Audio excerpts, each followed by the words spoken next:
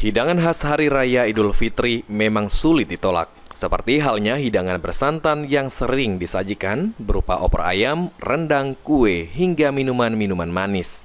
Hal ini dapat memicu muncul atau kambuhnya berbagai penyakit. Praktisi kesehatan, Profesor Dr. Yuwono mengatakan, banyaknya mengonsumsi makanan berlemak dan manis dapat meningkatkan kadar kolesterol, gula darah, serta meningkatkan resiko terjadinya penyakit jantung.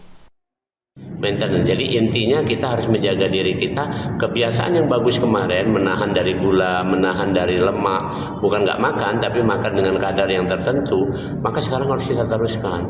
Ini kebiasaan baik ini harus diteruskan. Jangan mentang-mentang terus lebaran, bahasa orang Palembang itu ladas, ya. Tapi intinya kita lanjutkan. Profesor Dr. Yuwono menghimbau pentingnya menjaga pola makan serta meminum air putih sebanyak 2,5 liter dalam sehari.